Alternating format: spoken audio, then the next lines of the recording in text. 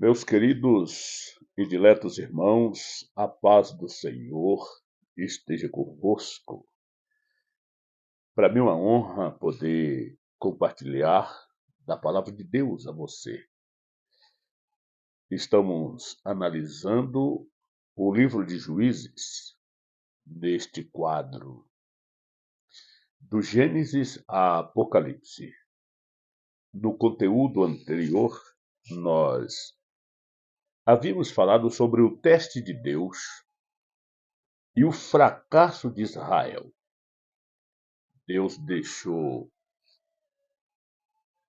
aquelas nações inimigas para usá-las como um teste, para testar a fé de Israel. E também para ensiná-los a guerra, pois os israelitas que ali estavam já eram uma nova geração. Já não haviam mais pessoas experientes na batalha, na guerra. E aquelas nações vizinhas, inimigas de Israel, elas serviram como uma espécie de uma escola também para os israelitas. E como nós vimos no conteúdo anterior, que eles não passaram nos testes de Deus, mas aderiram aos ídolos, ao pecado, à apostasia, e fracassaram terrivelmente na sua fé. Deus, por misericórdia, não desistiu do seu povo, mas permaneceu firme na sua aliança com os pais, Abraão, Isaque e Jacó. E então o Senhor começa a operar nesses 300 e poucos anos de história dos juízes. Ele opera através de pessoas especiais, juízes levantados como Otniel, que é o primeiro, Débora, Sansão e tantos outros que analisaremos no decorrer do nosso estudo. Pois bem, nesse conteúdo, Deus então provê deste meio para libertá-los das mãos dos inimigos. O primeiro juiz levantado por Deus, Otniel, o primeiro libertador. Pegue a sua Bíblia e iremos analisar o capítulo 3, versículos 7 até o versículo 11. Nós temos no versículo 7 a causa do sofrimento do povo de Israel, o seu pecado. Olha o que diz Juiz 3 e 7. 1406 antes de Jesus Cristo. Os israelitas fizeram o que o Senhor reprova, pois esqueceram-se do Senhor, o seu Deus, e prestaram culto aos Baalins e a Azerá. Aqui nós temos o pecado de Israel. Os israelitas esquecem do Senhor e adoram Baal e postes ídolos. No versículo 8, acontece o preço do seu pecado. Eles começam, portanto, durante 8 anos, os israelitas são governados pelo rei Cusã Risataim da Mesopotâmia. Esse rei começa a oprimir os israelitas e que na sua opressão, versículo 9, em resposta ao clamor por socorro dos israelitas, o Senhor levanta Otiniel, sobrinho de Caleb, para resgatá-los. É aquele ciclo vicioso, conforme falamos nos conteúdos anteriores. Acendeu-se a ira do Senhor de tal forma contra Israel que ele o entregou nas mãos de Cusã-Risataim, rei da Mesopotâmia, por quem os israelitas foram subjugados durante 8 anos.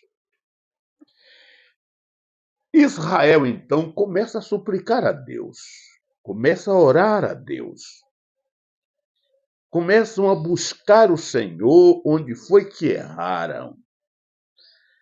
E Deus, por misericórdia, no versículo 9, mas quando clamaram ao Senhor, ele lhes levantou um libertador, Otiniel, filho de Quenaz, o irmão mais novo de Caleb, que os libertou. Glória a Deus. Então, versículos 10 e 11, Otiniel derrota o rei Cusã-Risataim e a terra fica em paz durante 40 anos. Você percebeu aqui, nesses poucos versículos bíblicos, uma história de pecado, uma campanha de oração, de busca a Deus e a provisão de Deus levantando Otiniel para libertá-los, e a terra teve paz durante 40 anos, até a morte de Otiniel, filho de Quenaz, irmão de Caleb. Todas as vezes que eles caíam em servidão daquelas hostis nações do lugar, eles passavam por um sofrimento terrível e então buscavam a Deus. E é triste que, naquela época, os israelitas perderam totalmente a experiência de batalha.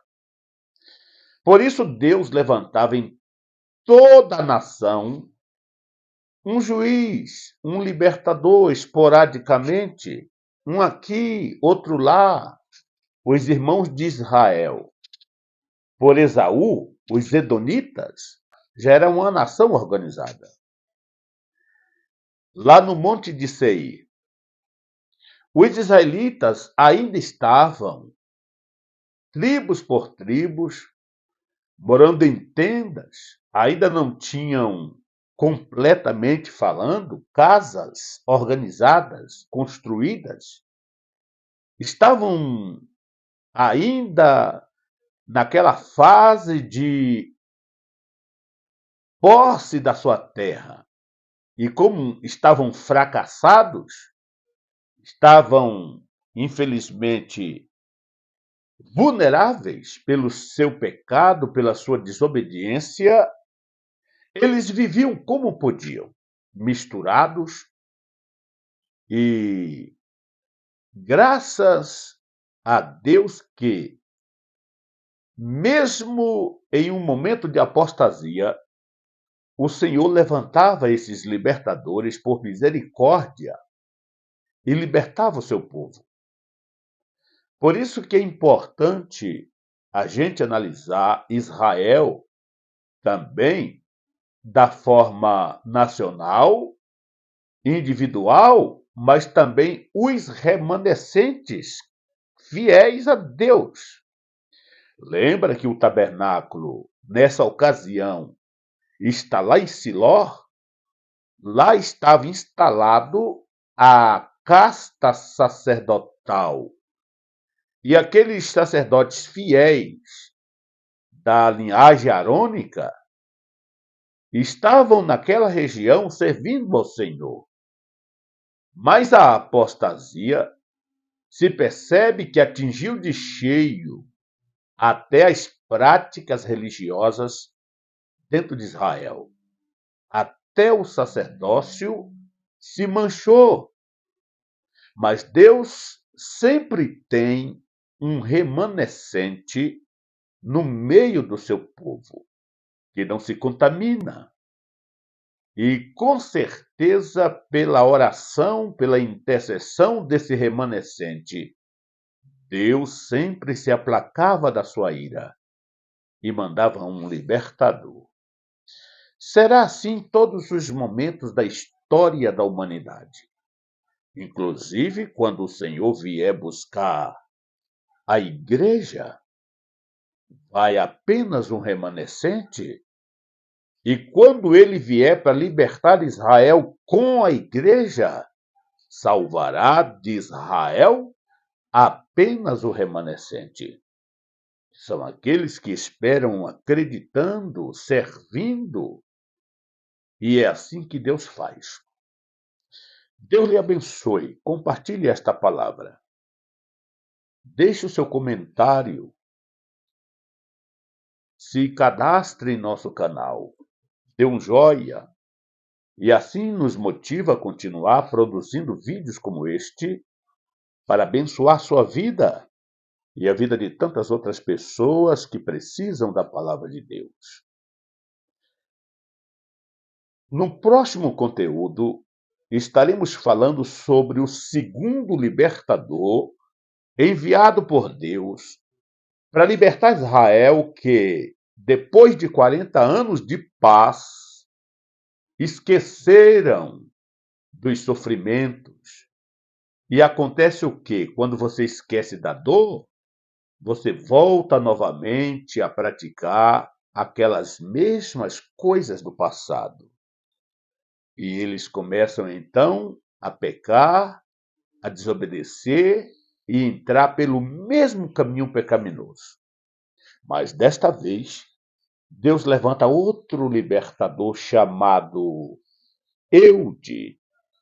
Mas isto veremos em nosso próximo conteúdo. Fique na paz. Em nome de Jesus Cristo.